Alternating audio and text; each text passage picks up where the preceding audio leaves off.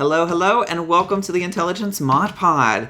Today I have Kara with me, and we're going to teach you everything we know about social encounters in Dungeons & Dragons 5th edition. How are you today, Kara? I'm feeling good. I'm feeling social today. I'm ready to chit-chat and gab. Me too. So, fun behind-the-scenes fact, we're also doing tea time almost directly after this, so me and Kara just decided to make like a social day of this, since we're already going to be talking social. So how do you feel about social encounters in Dungeons and Dragons? Um, they are my favorite thing. I've talked at length already about how roleplay is why I love the game. Improv is why I love the game, and social encounters are just like doing improv with even more rules. So Ain't that the truth? I'm glad I get to come on and talk about it because it's so fun. Yeah, I also am a huge fan of social encounters. I think they're so much more fun than combat. I think beginner players tend to lean a bit more towards combat, but once you get a bit more comfortable with the social aspect of it, you start to learn just how much fun it is and just how, free it is. You know, combat, you can do whatever you want within the rules, but social, you literally can do whatever you want. Yeah, this is where creative storytelling is written into the game. This is where that shines through, and that's not for everybody, like you said, and it's definitely something that for a lot of beginners, not for everybody, it can be the difficult part of the game. Not everybody's used to thinking through their decisions so carefully when they're just in a conversation, but it matters in D&D. It sure does. And I think it's important to really point out that while today we're dedicated to social encounters, that doesn't mean that our combat players aren't valuable. We absolutely adore you, and we as social characters cannot do what we do without our muscle behind us. So if you're listening to this and you're like, oh, I don't really like social, I like to be in combat, just know we still appreciate you, and your social characters are still gonna love you and adore you. It's a teamwork thing, and it's about rounding the team off. And I think having a really good person who's dedicated their character to social encounters is really important for the team. Because they can get you in and out of some really sticky situations. Yeah.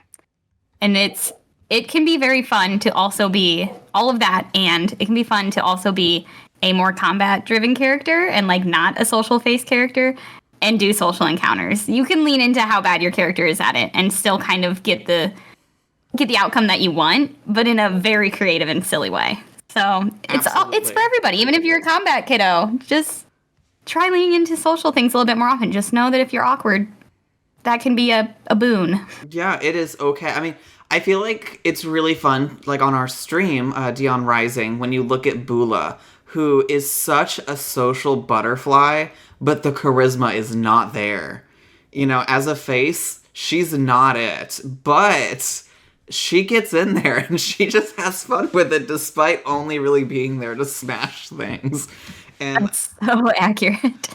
and it's so much fun to watch people who aren't the face get to be kind of in the spotlight socially and just trying their darndest. It's adorable. It's so much fun. But they have added some new actions into D&D 5e with the 2024 Player Handbook to help newer players get into that aspect a little bit easier. So they've added what they call the influence action. And so what that is it's anytime you are making a charisma check to alter a creature's attitude. This will be deception, intimidation, performance, or persuasion, or a wisdom check for animal handling. The influence action, you urge a monster to do something. Your DM you will describe to your DM how you are doing it, if it's an intimidating, amusing, however way, and they will determine which of the actions you will be taking. And from there, they will determine the DC for that roll.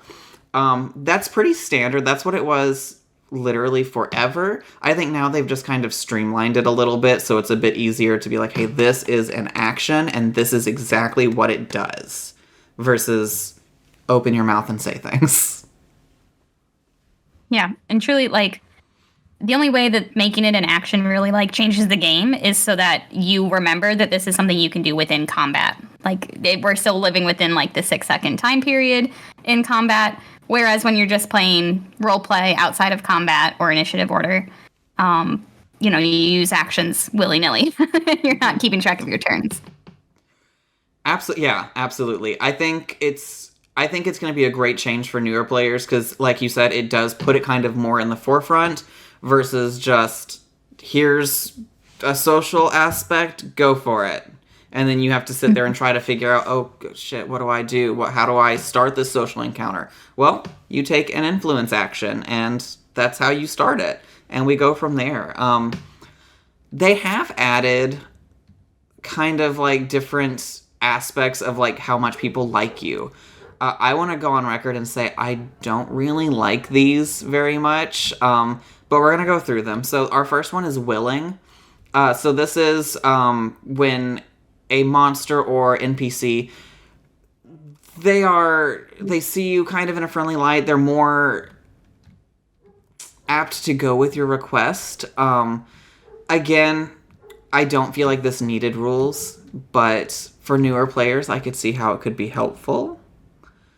I mean, I feel like generally, if someone's willing, they're going to be willing. I don't think we needed rules for it. And unwilling is pretty much the same. It's where they see your actions as gross, repugnant, and they're not going to do it no matter what the skill check is. But then we get to hesitant. And hesitant is where I get a little weirded out by some of these new rules. So I'm just going to read what they've written for us. You urge the monster to do something that it is hesitant to do. You must make an ability check which is affected by the monster's attitude, indifferent, friendly, or hostile, which we're about to get to, each of which defined in the glossary. In the influence check table, suggest which ability check to make based on how you're interacting with the monster. The DM chooses the check and has a default DC equal to 15 or the monster's intelligence score, whichever is higher. On a successful check, the monster does as urged. On a failed check, you must wait 24 hours before urging it to do it again. I like the 24-hour thing because I get really tired of players, when they fail a check like 5 minutes later, can I do it again? No. It's in the rules now, 24 hours. But I'm not a big fan of the DC thing. I mean, I think it's saying default DC is important because it means you can still change it to whatever you want. And I like that the intelligence score could be like a good baseline. So I think for newer players, maybe. But if you're an experienced DM, I feel like we generally, after we hear an action that they want to do, a number literally just magically pops in our brain, and that's what we go with. Yeah. Yeah, this feels like very, I don't know, I'm an experienced DM, just like you just said, but it feels very redundant. Like, I'm already doing this. And also, I like the flexibility. Like, they might be different levels of hesitant or hesitant for different reasons. And what someone does or tries once, if they do something totally different to try a second time, that changes the DC for me. Like, okay, I will let you try again within this 24 hours because you did X, Y, and Z that makes sense for this NPC or this monster. So yeah, I'm with you. This feels like unnecessary extra steps and like boxing it in a little bit further than I like. Yeah, and I also really like if they want to remake the check in a different fashion, just letting them redo it but with disadvantage because they've already tried it. This person's already like knows that they're trying to be persuaded, so at this point their guard is a little bit more up.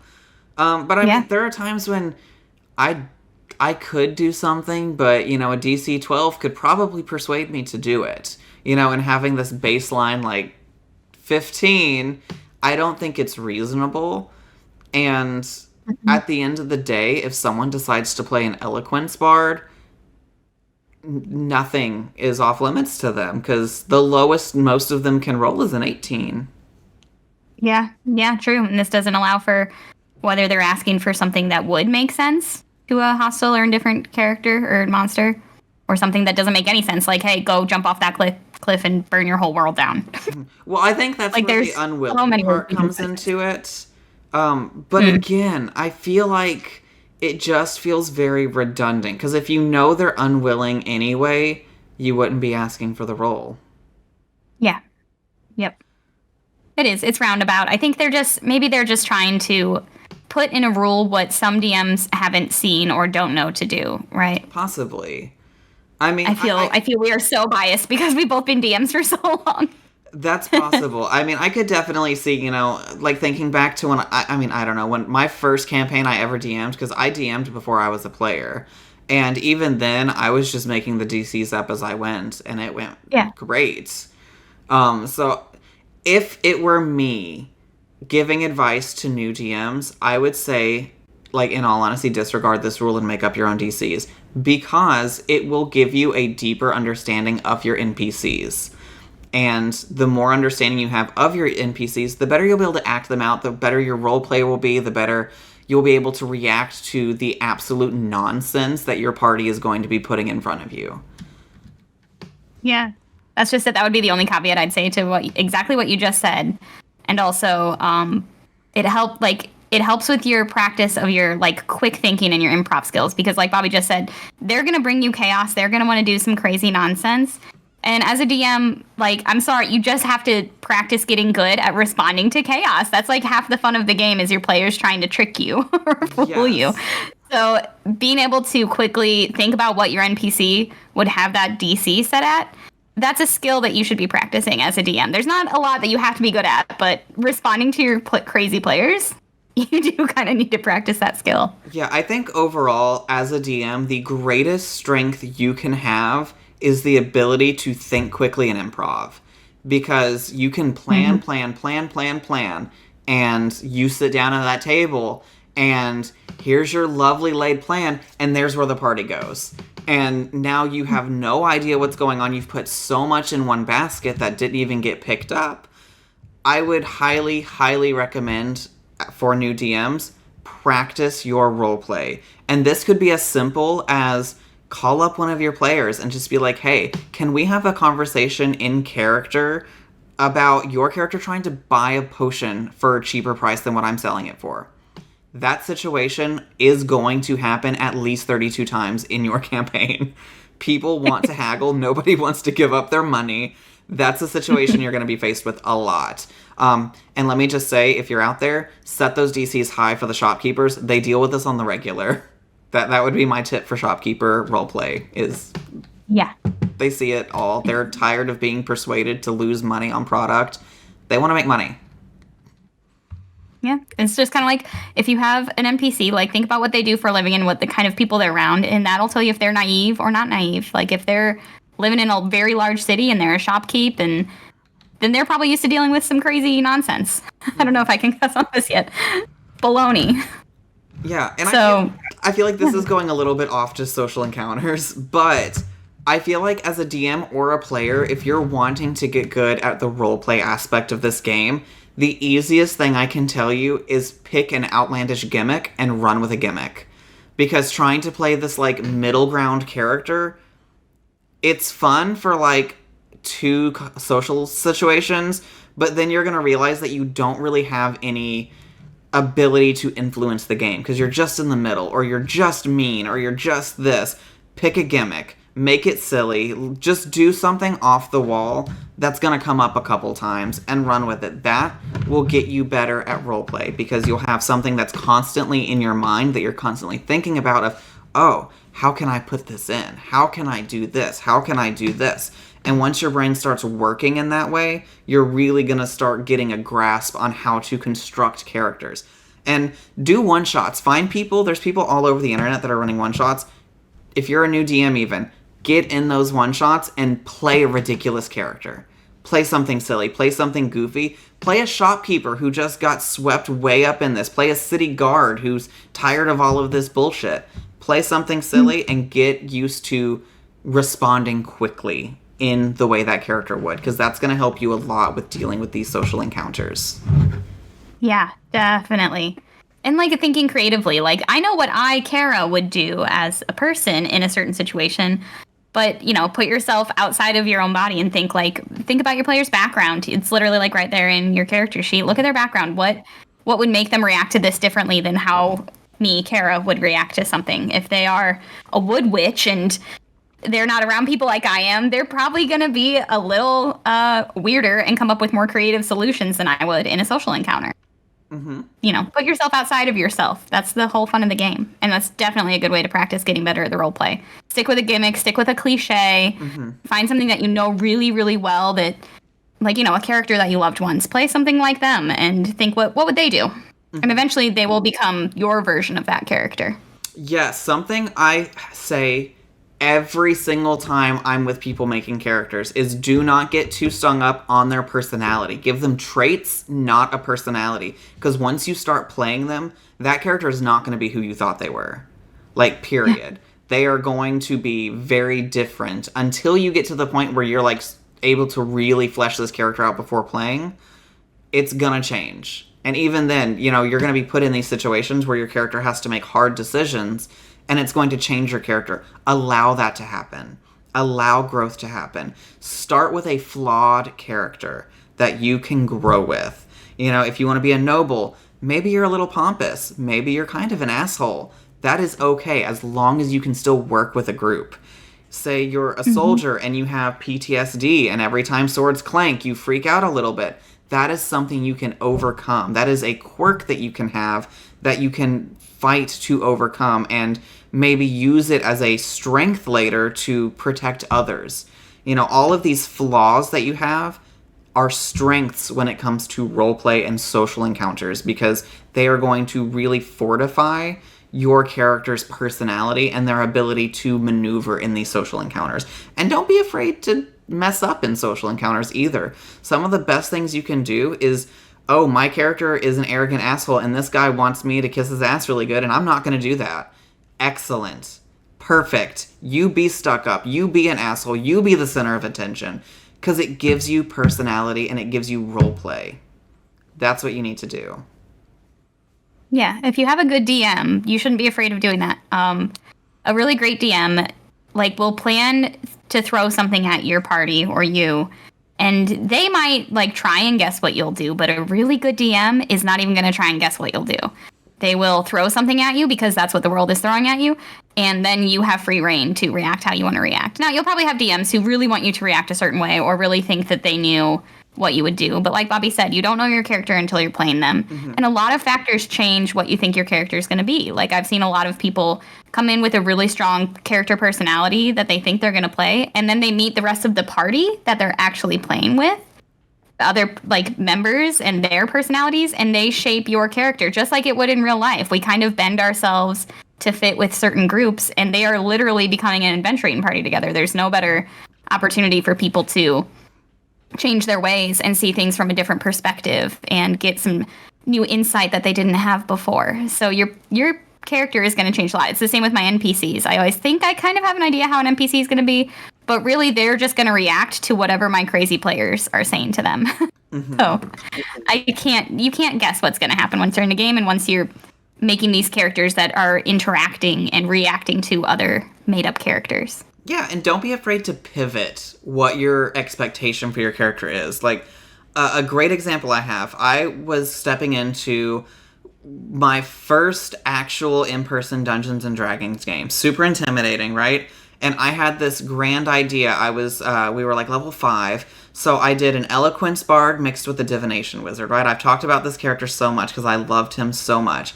And the original design was that he came from this noble family in Waterdeep that consorted with demons. They were bad people, and he was trying to, like, get their name back on the right track. He was trying to, like, get rid of the black in their ledger and kind of restore his family honor.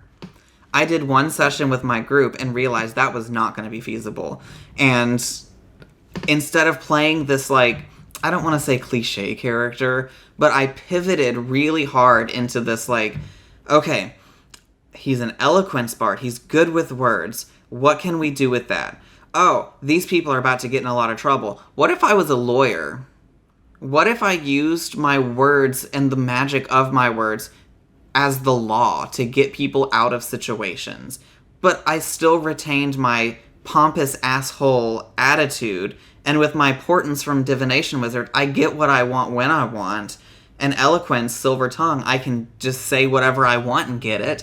So it really created this very dynamic character where deep down he wanted to be good, but he was also very much happy with the ideology of we're bad people and we're going to get away with all of it. For the greater good, of course. Yeah. No, that's lovely. That's a very good example.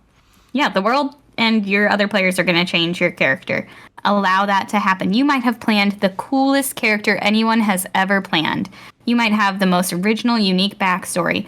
but that's only going to be fun for the whole group if you switch it up. If you fit your character for the world that they're living in. If they don't fit in the world they live in, it's not very realistic, and other people can't, like, it's not fun to feel like you're not having an influence on your other players. Mm-hmm. It's just not, like, you want everybody to have kind of an arc and a growth, and maybe hate each other, maybe love each other by the end. But regardless, there's some effect. You don't just join an adventuring party and have nothing happen to you and stay the same forever. Mm-hmm. Be flexible.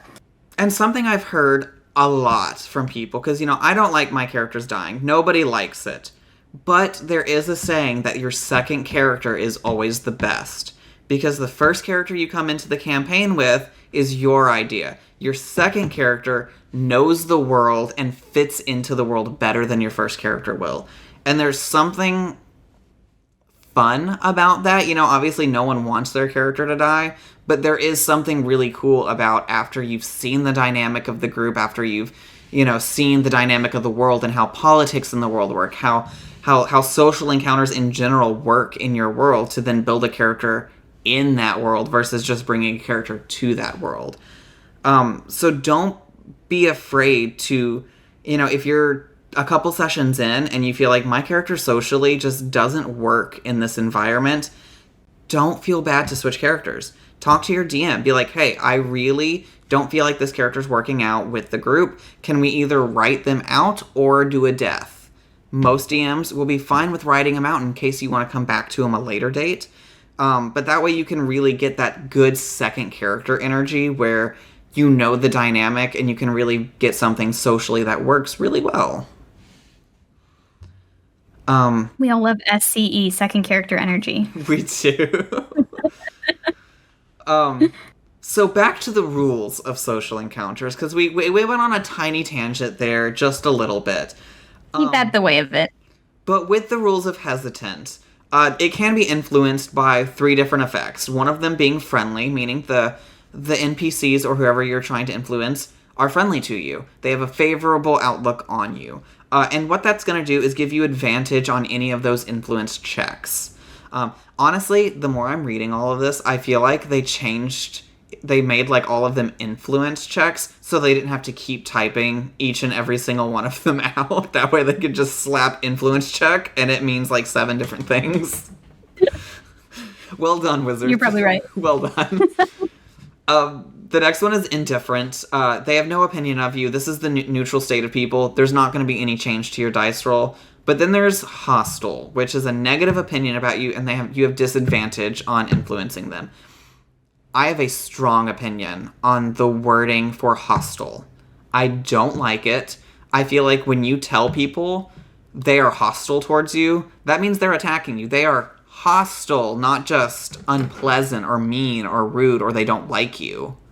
I feel like that's what I figured your opinion would be, that hostile means combat. Yeah. What would you replace it with? I'm trying to think of other words for, like, if someone doesn't like me, I'm trying to think of what I would. Unfavorable. Okay, yeah, that makes sense. Or just negative opinion. I don't know. I feel like hostile has a very aggressive, like, connotation to it. And I feel like when you're saying, like, specifically, I rag on enchantment magic very aggressively, like Charm Person, because at the end of it, it says they become hostile. Originally, this was not the definition of hostile, so it's like, oh, as soon as Charm Person is up, they're pissed that you just caused magic on them. They're fight you, yeah. Yeah, if they're combatants, they're probably going to fight you. But now it's like, oh, they're hostile, they just have a negative opinion of you. Just say that it's an unpleasant opinion. Yeah, you're right. That the word should not be used in both places. That's confusing. We have hostile monsters, which means it's on site. We're scrapping.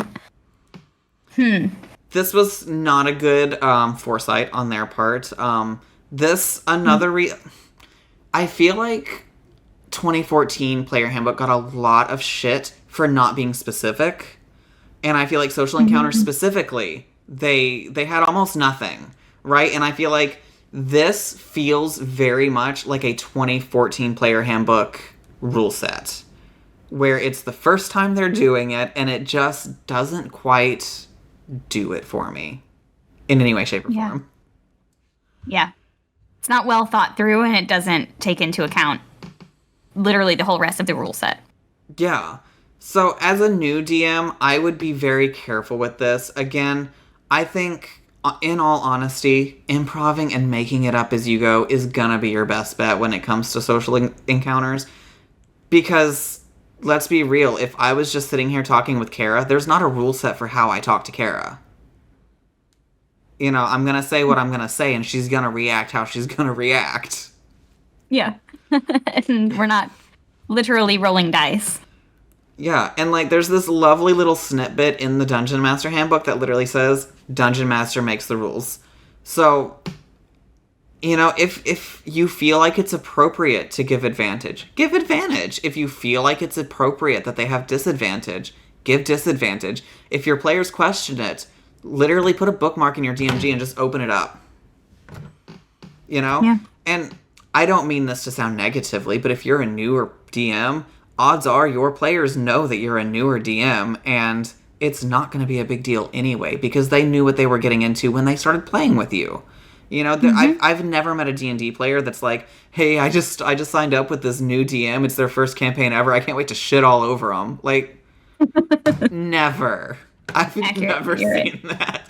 Most players, especially your rules lawyers, they get a really bad rep, but they will help you. If you don't know something... Yeah. I've said this so many times. Nerds love telling you what they know. And D&D nerds, they love telling you exactly what they know.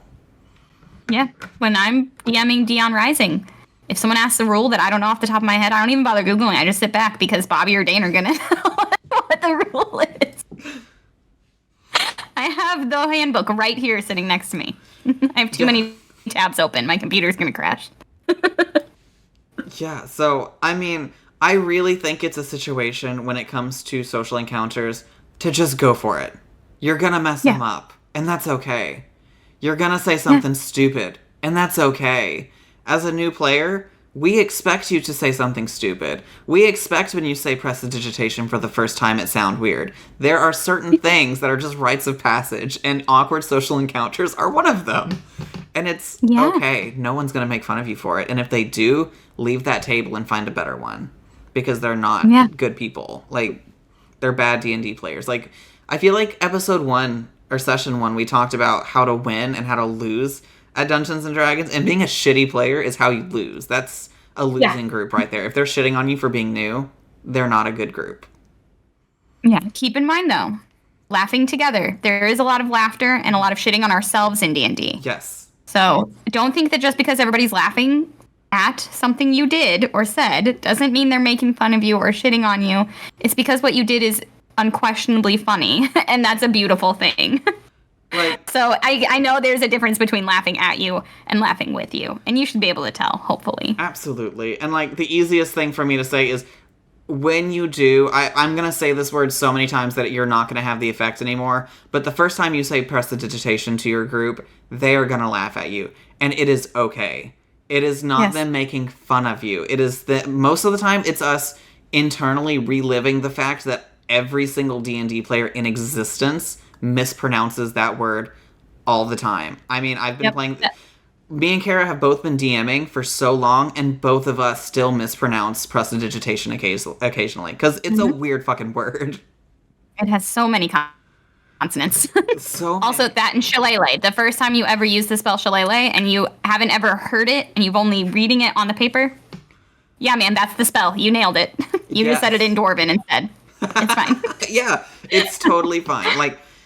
I feel like social encounters are the hardest step in getting into D&D. A lot of people will hide behind, there's too many rules, but let's be real, the rules are kind of an easy way to get into it, because that's why most beginners like combat more than social, because there's rules to it. But you can play correctly with the rules. Yeah. In social encounters, there's no really right or wrong answer. Fun fact, I used to be a ballroom dance instructor, and there was a saying that we had back in those days, because ballroom dancing is the second most feared thing psychologically on the planet, right behind public speaking, right? I didn't know that. Yeah. Fun fact, people on average, would rather jump off of a skyscraper than ballroom dance in front of people. That's so sad. Yes. I can't think of anything like sexier than ballroom dancing in front of people. It's so much fun. Anymore, back to this subject.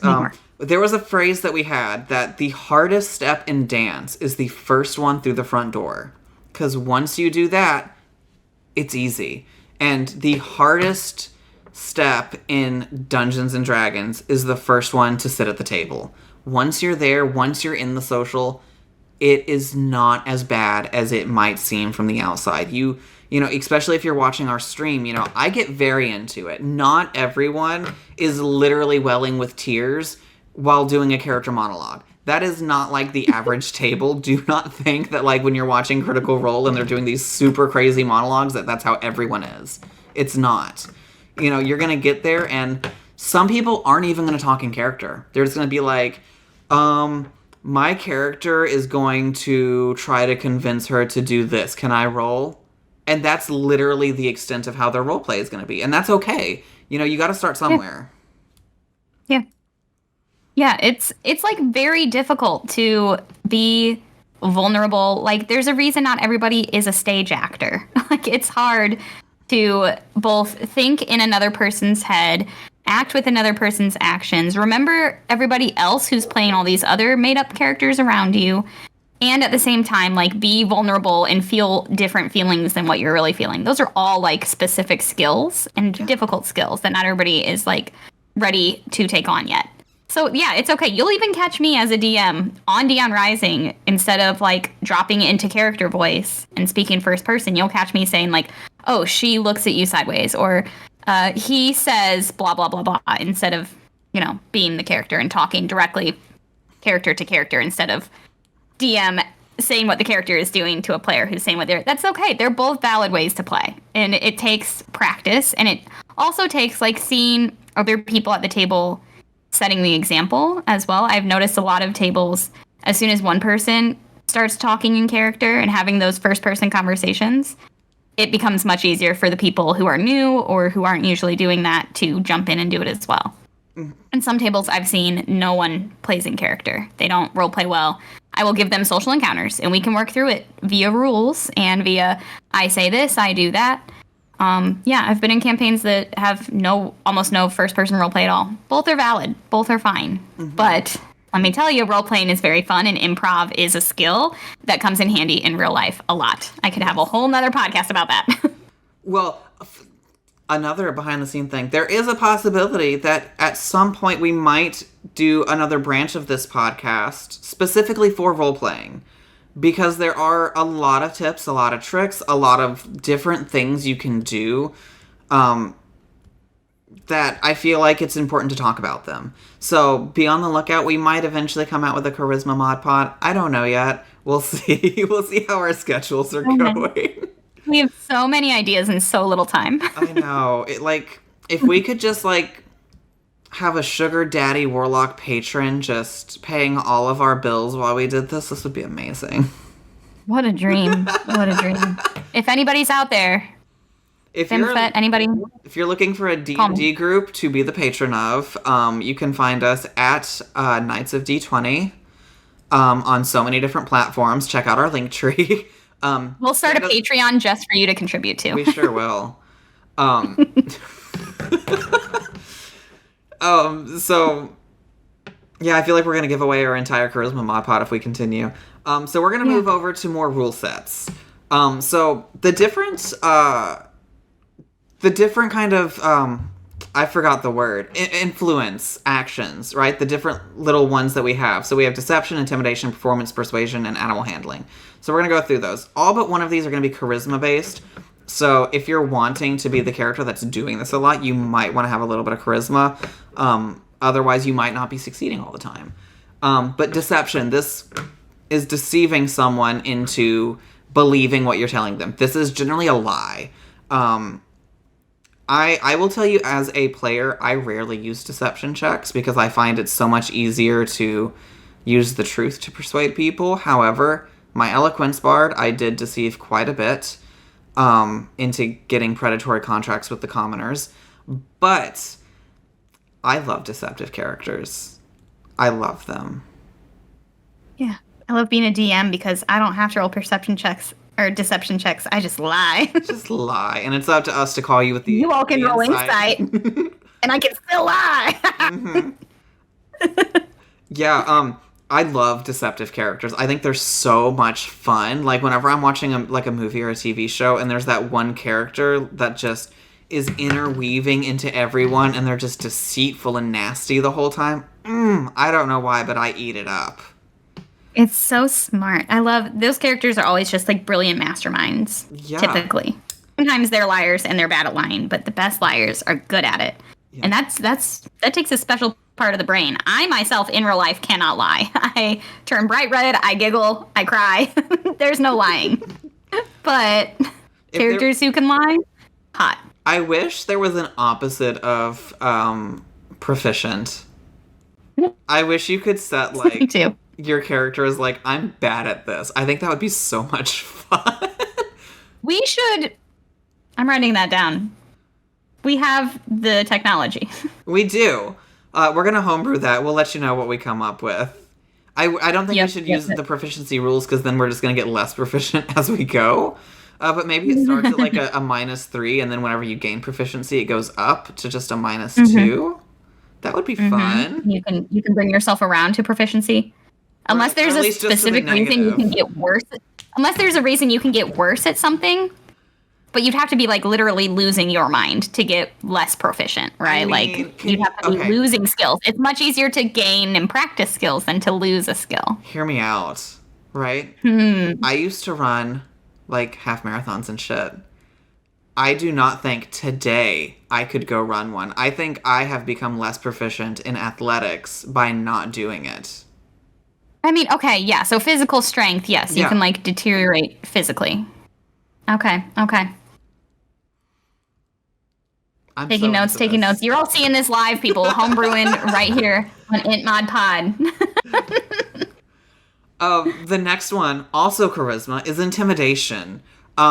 I will tell you up front, I don't like using intimidation as a charisma. I almost always use it as a strength or a constitution check, because generally the people who are doing this are like the big barbarians, unless you're like a scheming little warlock who's intimidating people. But actually, rules as written, you can do either now, between strength and... Yeah, I like that new rule. Between strength and charisma. Yeah. I will do con. I think I read that rule, and in my next home game, I had someone roll for strength instead of intimidate. I was like, this is the new thing, we're doing it. Yeah, occasionally I'll do con, only because, like, someone doesn't necessarily have to be strong, but, like, I imagine, like, a big, like, super healthy, you know, like, they look like if I punched them, I would probably hurt myself more than hurting them. That is also intimidating to me. So, given the circumstances, I will also do a constitution. DMs, that's up to you. Players, ask your DMs about it. Most DMs will modify anything you ask. I say most. Some DMs will modify whatever. Some of them are a bit more stuck on the rules, so that'll be up to them to decide. These are great session 0 conversations to have. Indeed. I think the only time intimidation makes sense outside of, like, using a strength would be, like, if you're, like, someone who's, like, really, like, a mean girl, like, very, like, I'm going to ruin your life if you don't tell me what I want to know. Or if you're someone who, like you said, is, like, very, like, I'm going to blackmail you. Or I'm just the mayor of this town and I'll kick you out. Like, not physically, but, like, you can socially intimidate someone, but it's not super often that someone's going to roll intimidation for that reason. They'll roll intimidation like, I'm going to scream in his face until he runs away. And that's usually only effective if you're big, strong, scary.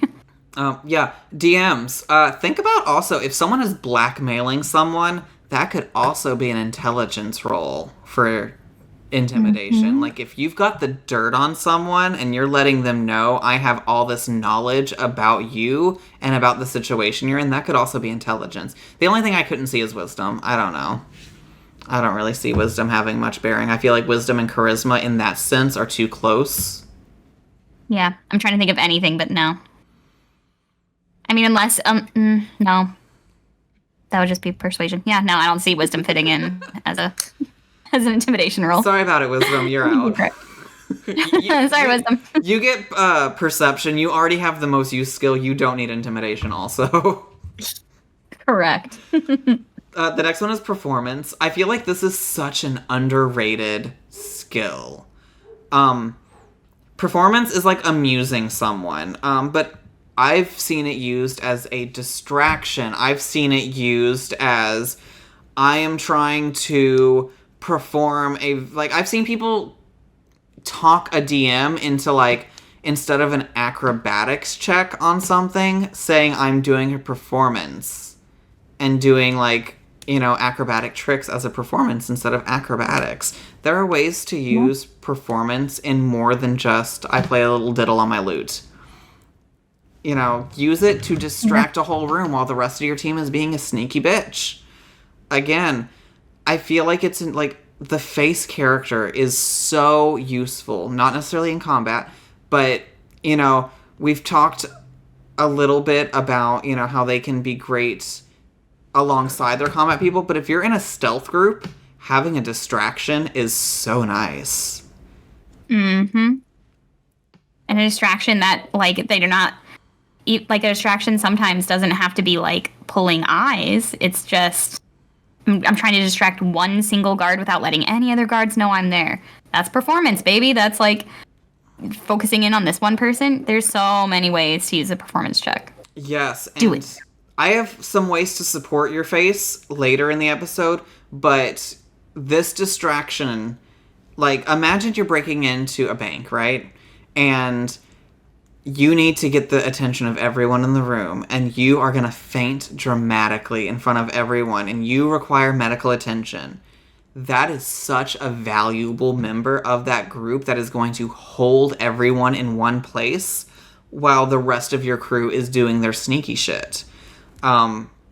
So again, social characters are good at more than just social environments. Yeah. They can do with one roll what the rest of your party would have to roll for throughout a whole encounter. They can take away dice rolls. They can or decrease the DC of all of your checks. Mm-hmm. So many ways they can buff your party with just one single good performance roll. Yeah. Next up we have Persuasion. I think this is the most used of these checks. I personally really like it. Yeah, I agree that it's the most used. I find they're usually, they're so varied, they're so different. So it feels silly to say they're the least creative because they are, like, you can use them anytime, really, that you're trying to get someone to do something for you. But I find them to be the least creative because they're usually the most straightforward. Like, I'm not going to try and trick you. I'm not going to try and, like, perform for you, do a little dance for you. I'm not even going to try. I'm just going to straight up say what I want. And now I'm going to roll Persuasion. So I think, personally, this is maybe my least favorite to actually use, even though it is the most used, and it does come in handy, because sometimes that's all you want to do. Sometimes you're just like, hey, Mayor, give me the deed to this house. Persuade. Mm-hmm. But that's not, like, super exciting to me. I like creative solutions.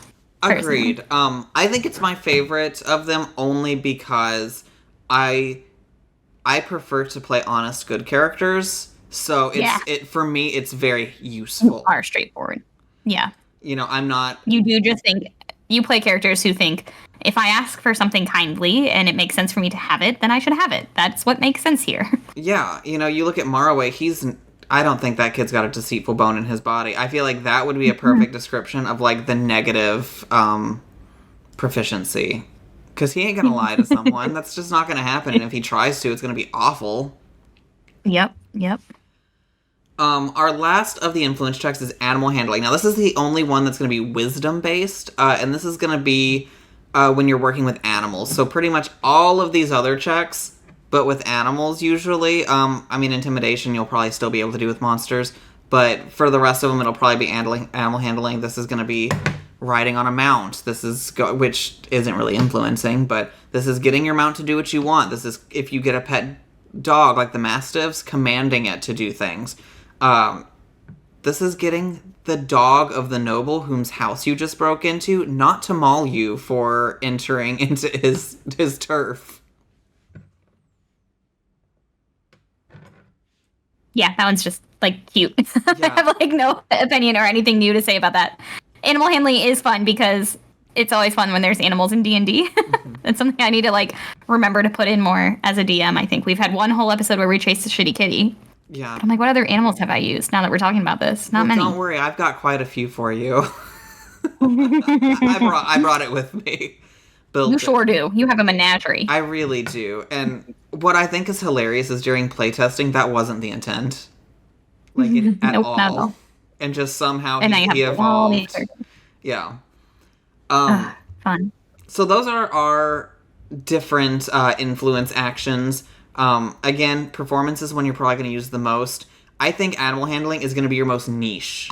This one's not going to come up as often, but when it does, you are going to be so happy you have it.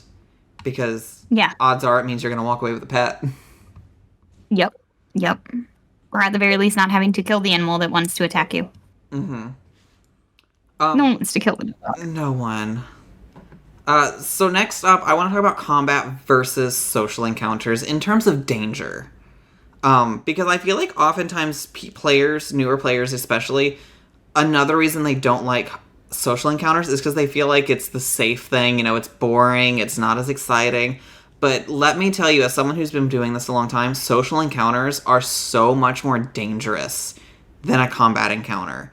Because playing your cards wrong on a social encounter could lead to a combat encounter, but that combat encounter is going to be significantly more difficult depending on how you play your cards, if there even needed to be one. You know, I've seen people die outright without even any rolls happening from social encounters because they fucked up and they said the wrong thing to the king at the wrong time. And there's no way that character was going to survive, 30 arrows being shot at him at one time. Social encounters are not for the faint of heart. These can get very serious. They are deadly.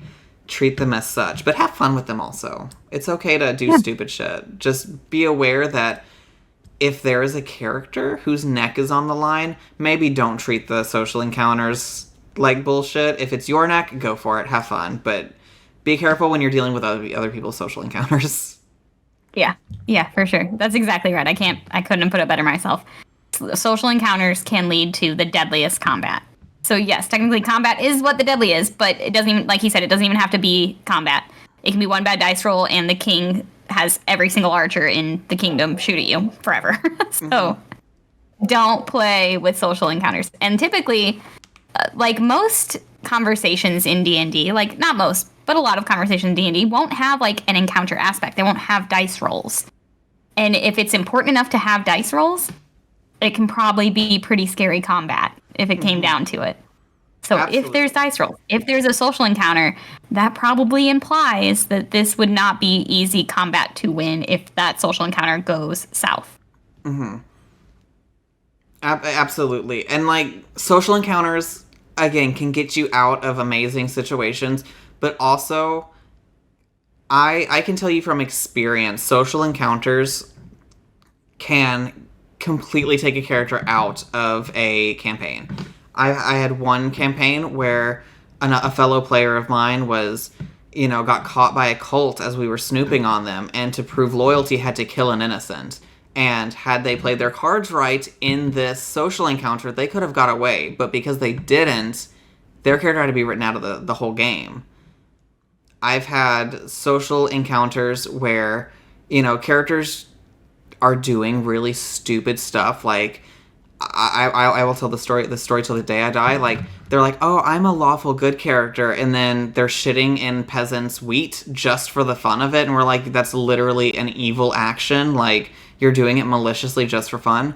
And they continued to do these actions up until the point that they got arrested. And this was in the campaign where I was playing my lawyer. And because of the way that they played social encounters, I actually became the prosecuting attorney and got that character removed from the campaign. Dead serious. Straight to their face. J'adore. I love that. I was just... That's another way to lose D&D is just fuck around and find out, motherfucker. Yeah. If you're not being fun for the rest of the group, they're going to find a way to kill you. Yeah, if your whole group is doing redemption arcs, please do not be the asshole who's going around ruining it for them and being a character that literally no one trying to redeem themselves would be hanging around. Socially, it just doesn't make sense. And if you have a lawyer in your group and you get in trouble with the law, instead of helping you, they might get you sent away to, like, that icy prison from the D&D movie. Jonathan. If that player is listening right now, I don't regret it, and I don't feel bad about it. In fact, it's one of my crowning achievements. Social encounters, I beat you at it. So, social encounters can also be PvP. Yep. Yeah. Yeah, truly. Fuck around, find out. Yeah, and don't mess with your eloquence bard, please. If you're doing social encounters and you have an eloquence bard on your team, don't mess with them. They're gonna win. My next topic was why the face is so important. So the face is, like, face character is a term that you're going to hear a lot, and it literally just refers to the person who's doing all the talking, the person who is the face of the party, right? I feel like we've really kind of gone through and said why they're so important, but everything we just said, they're good at. It's good to have someone. Just know that what we mean by the face, it's not always that they're the leader. It's not always that they're the decision maker. They're just the ones who literally do the talking, just like Bobby just said. Doesn't mean that they're saying the things that they would say every time. It's just, I'm going to be the best person for the job. And the job is convincing whoever to do whatever. Mm-hmm. Yeah, absolutely. And, you know, it's good to have a designator talker. There are a couple classes that really excel at being a face. That's not to say that not every class can be a face. There's just certain ones that are going to do it a little bit easier.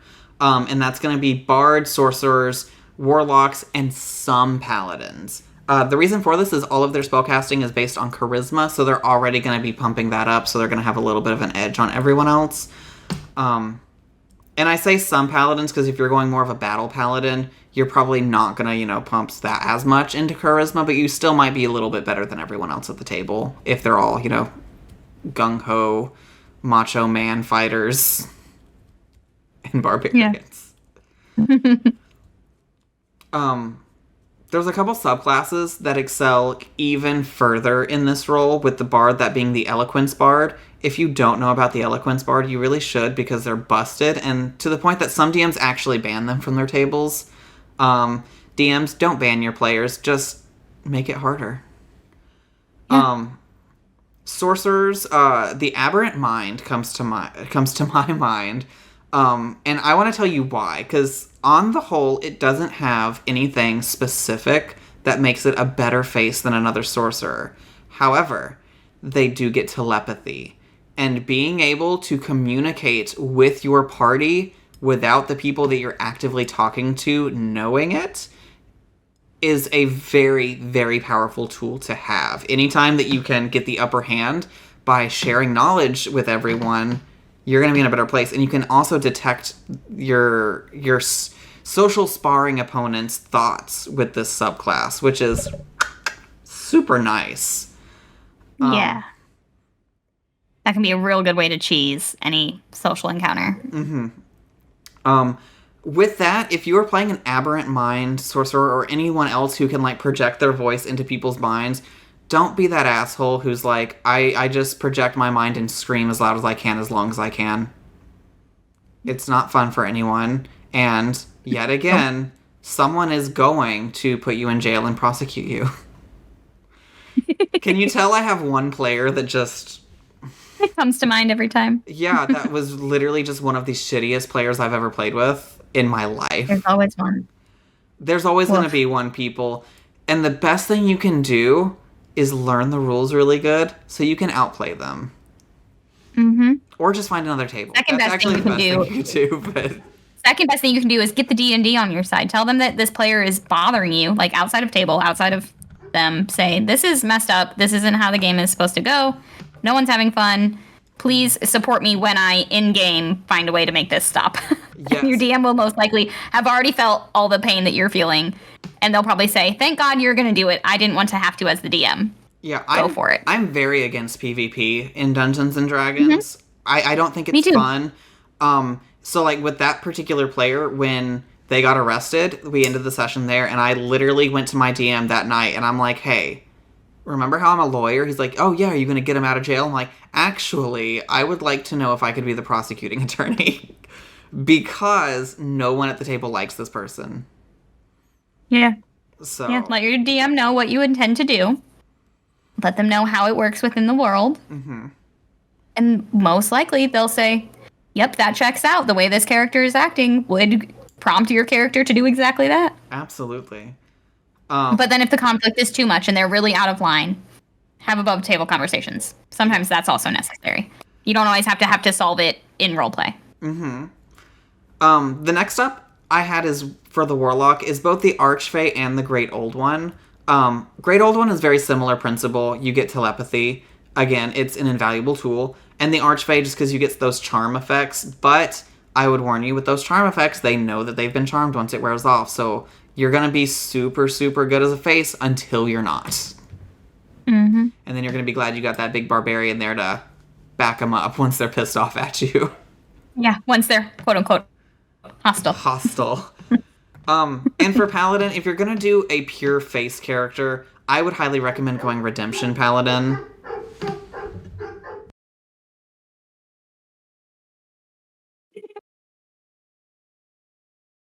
This is why we have the power of editing. Yes. I didn't hear anything. Oh, you didn't? Oh, my dogs just went absolutely ape shit out there. You don't hear them? My dogs have been barking this whole time. Have you been able to hear them? Like once. But it's like, they're like fight clubbing out there, and I got 4 large dogs. That's what mine do. Big fights. Where are we at time-wise so I know where to edit? 50, yeah, where are we 56. But we're about to wrap up. Okay, I'm writing it down, 56 minutes. Now, if you're going to be playing a paladin, what I would recommend is a redemption paladin. The reason why is because, and this is for like a pure face character. This isn't like, hey, if you want to be a charisma-based, like this is purely face, is that they do get some extra bonuses to their persuasion checks and their insight, which is going to really help you out. So those would be my main, like, faces, like the easiest face character that you can do. If you're really wanting to learn how to do social encounters, I would recommend playing one of those. There are 2 that I would put on an honorable mention list, and that would be the Mastermind Rogue, because it's like a rogue but with charisma. They're a lot of fun. They're really cool, and if you're wanting to play like a deceptive character, they're really good at imitating other people. Mm-hmm. And the last being a peace cleric, because they are also getting, they can channel their divinity to get bonuses to persuasion and insight also. So they're very much in line with the redemption, but a bit more of a full caster if that's the kind of thing you're into.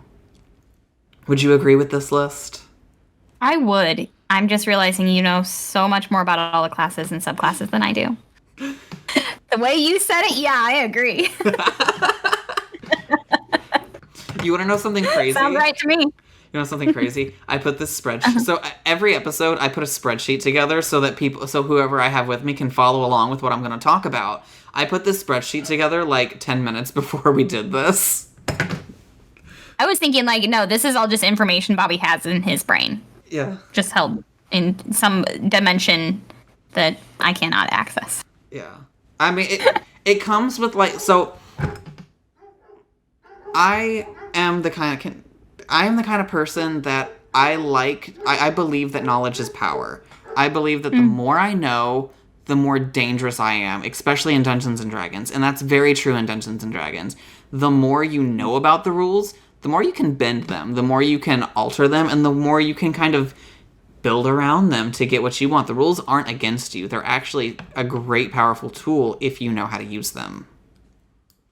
That is solid advice and insight about this game in general. So true. I feel probably I would be the same if I ever got to play as a player. I'm like, and I'm a DM who's not like playing against my party typically, so I'm like, the rules are the rules. Like, I'm here for the rule of cool for the most part. Like, I want my party to succeed, so any way they can use the rules against me is fun for me. So I'm like, I don't need to know all the rules. They do. That's their job. Yeah. If I got to play, though, as a player, I'd be doing everything I could to beat that DM. So I think I would know more rules if I ever played player. Mm-hmm. And see, also, I don't like to play classes the way that they're supposed to be. You know, I really like to break it and like I'll come up with a concept and then I'll find a class that I can bend into that concept. So Yeah, I've you're done. very much a reflavor person, but you know how to do it within the confines of the rules, which is important, I think. Yeah, if you want to reflavor, knowing the rules is a absolute must, because if you don't know what the base of that soup tastes like, how are you going to put new flavors into it? Oh, These are the what a bones. metaphor. These are the bones. The flavors, no, I don't know. I would say the rules are the muscles, and the flavors the skin. You can decorate that skin however you want to, but it's not going to change what the muscles do.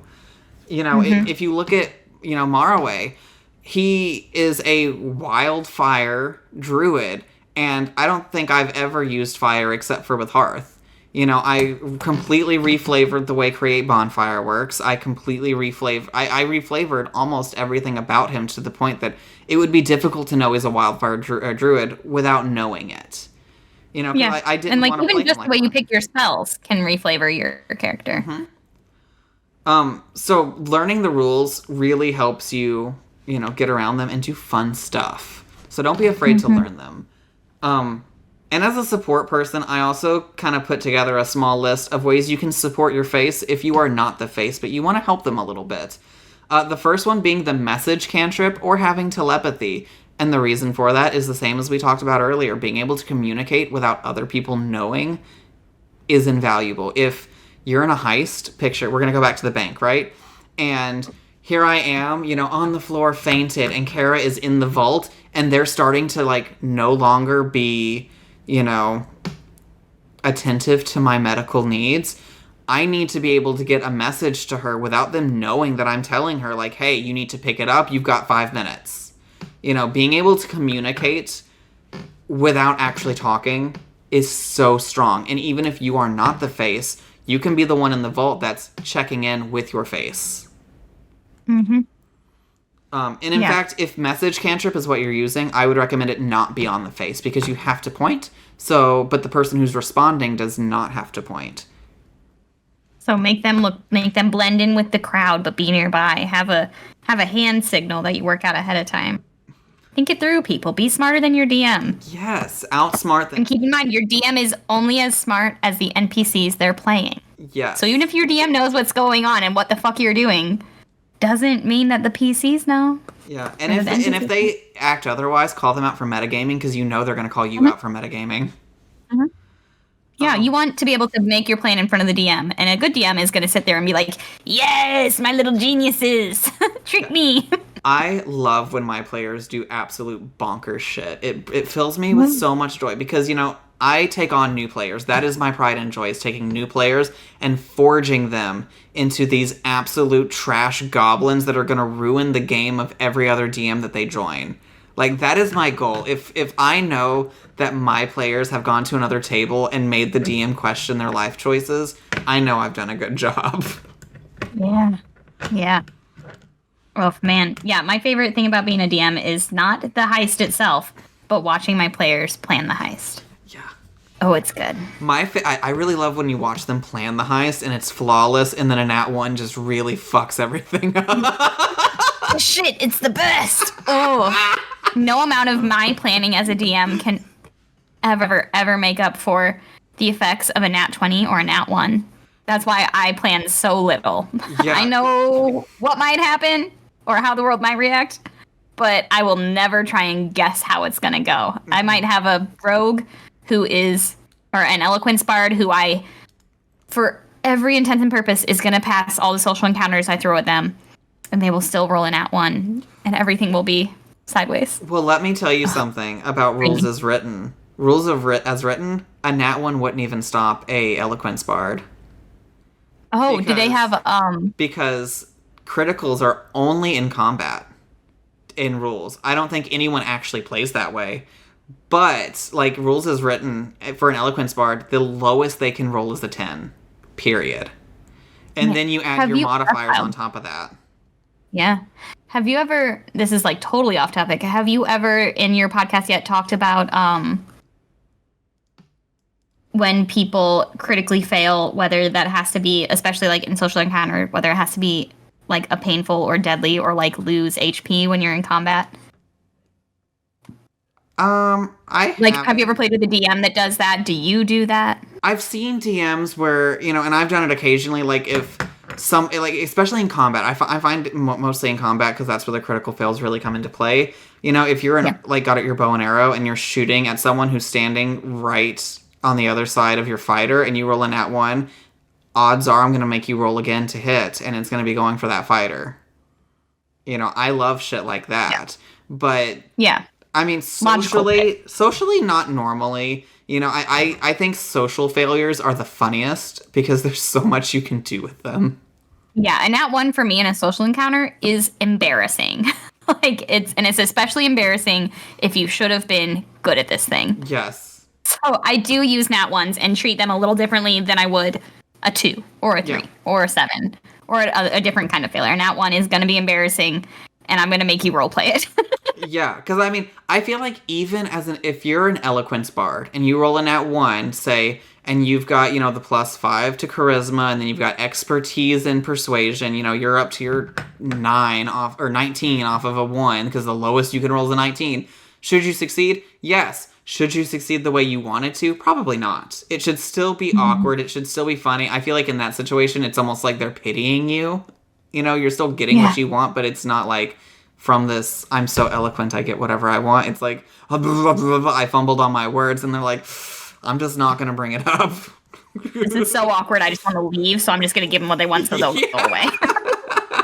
And don't be afraid to roleplay stuff like that. Like, failure can be a lot of fun. In fact, it's normally a lot more fun.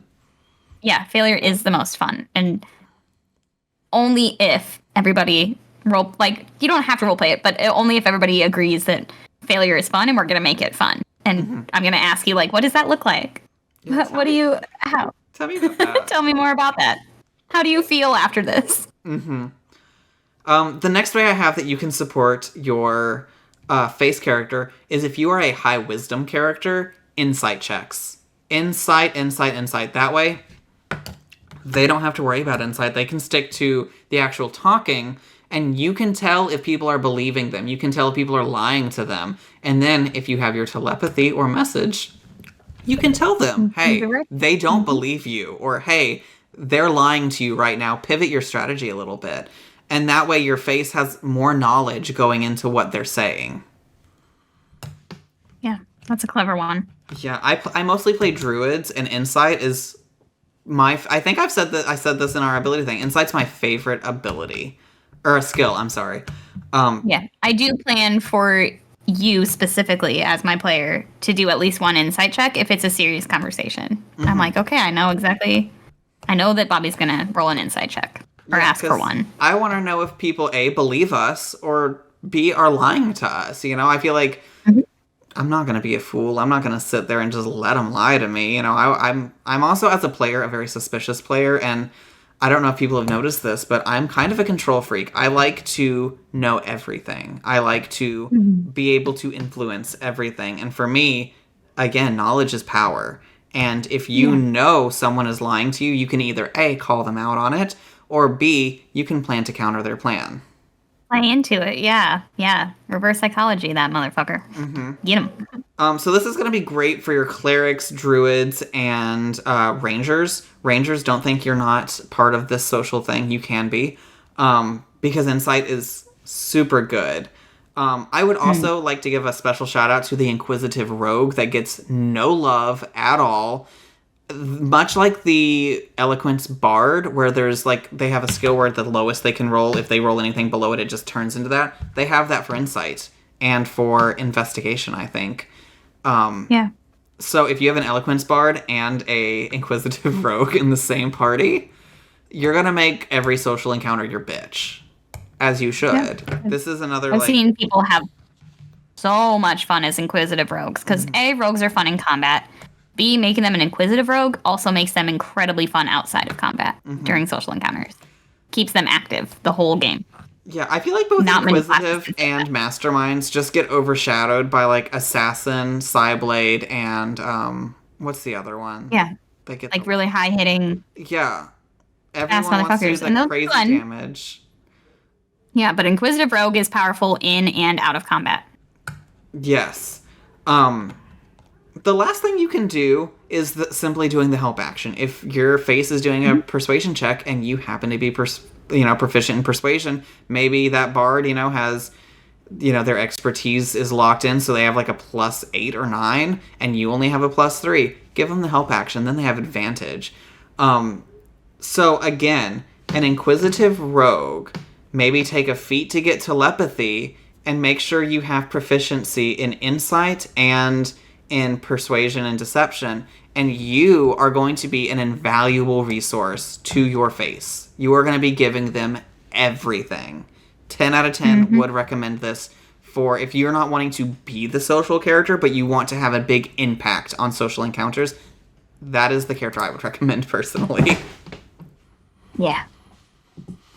Yeah, I agree. So overall, I think that's all we have for you today. On social encounters. Again, this is probably our least rules-based session because social encounters, there are rules, but there's not rules. It's like, whose line is it anyway? The points and the rules don't matter. Yeah, that's very accurate. Yes, and get to know how your DM runs it. Their rules are what matters. How they run it, if they run it at all. Yeah, and if you want to practice doing social encounters, just tell them. Be like, hey, can we get a couple of low stake social encounters? Can we just go to a tavern and talk to the people there? Give your DM heads up, because if they're not a DM who likes to do social encounters, they're probably not going to have NPCs just ready to converse with you. But if you give them a heads up, be like, hey, next time I know we're going to be in this town, can we go to a tavern and talk to a couple NPCs so I can practice an accent I'm doing, or just role play in general? They'll do it. Or most of them. They should do it. Yeah, it's a part of D&D. I always argue, the social aspect of D&D is my favorite part. It's a whole half of the game, time-wise, depending on how you play it. I know lots of people don't play it that way, but I think D&D, specifically, compared to other TTRPGs, is one that very purposefully includes social encounters as part of the game and the rules. Therefore, play them. Do it. It's fun. Do it! Do it, or Dark Dan will come get you while you're sleeping. I'll get you! And the last thing I want to say about, if you are already into social encounters and you're wanting to try accents out for the first time, just do it.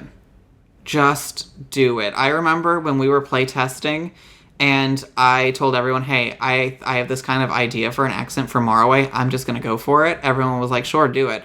And I did. I just went for it, and it became a thing, and now, it's a permanent fixture of Morroway. So if there's an accent you want, get on YouTube, look up people with that accent reading stories. Just listen to them. Just listen, and then repeat the story back to them. Take a paragraph, listen to it, and then repeat it. Do this a couple times. Get your mouth ready for it, and just go for it. And then when it's time at the actual session, just do it. Just do it. Yeah. And, that's the fun thing. I have a character, an NPC that I just played as, and I was thinking, sure, French accent for her. And it ended up being French and German, so I made her parents French and German. Because she slips back and forth, because I can't help it. I slip back and forth, and sometimes she accidentally has Marway's accent. I'm great at accents. But the thing about D&D is, there's no France, there's no Germany on Dion. She just has an accent. So even if you're trying to do a French accent, it's just your world's version of a French accent. It doesn't have to be exactly what Earth French sounds like. So yeah, just do it. And whatever comes out of your mouth, that's now the accent, honey. That's improv. What you say goes. And if you use an accent, that's now their accent, even if it's bad. Yeah. Compared to what we know. Just keep doing it, because it will get better. It will get better. Yes. You will get more comfortable with it. You will find yourself at the zoo looking at animals and saying, oh my goodness, look at the cute animals. And then being like, holy shit, I just said that in Marway's voice. What just happened? Just play with it. Have fun. That's the key to D&D, is have fun with it. Yeah, be silly. Be silly. I can't say enough that, D&D is for grown-ass adults to play pretend and have fun and laugh at ourselves and each other, which is something we don't get to do enough in real life. So do it. Do the funny accent. or Darktown will get you. Motorway believes that you can do the accent, so if you want to do it, you need to just do it. Just remember, be number one in your own heart, and then everything else falls into place. But with that, do check out our live stream of Tion Rising on Twitch on Mondays. It shows up on YouTube on Wednesdays, the same week. You already know about IntModPod, that's why you're here right now. Tea Time is going to be on Wednesdays. Come check us out. I will be co-hosting that every other week from now on. So if you like me here, you might like me in a less rules-oriented situation where I actually get to be a little bit more funny. And then on Fridays, occasionally, we play Baldur's Gate. Occasionally. Sometimes. So go check out all of our links. Head over to our Discord. If you have any questions for the podcast, you can head to our Discord. We have a nice little section there for the IntModPod. Feel free to throw them in there, and I will answer them.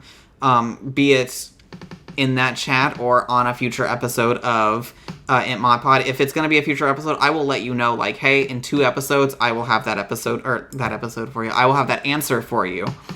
Or I might even just do a special, TikTok for you specifically answering your question. So get on that Discord. It's going to be on our link tree below. And we look forward to seeing you. And until next time, may all your intelligence checks be successful.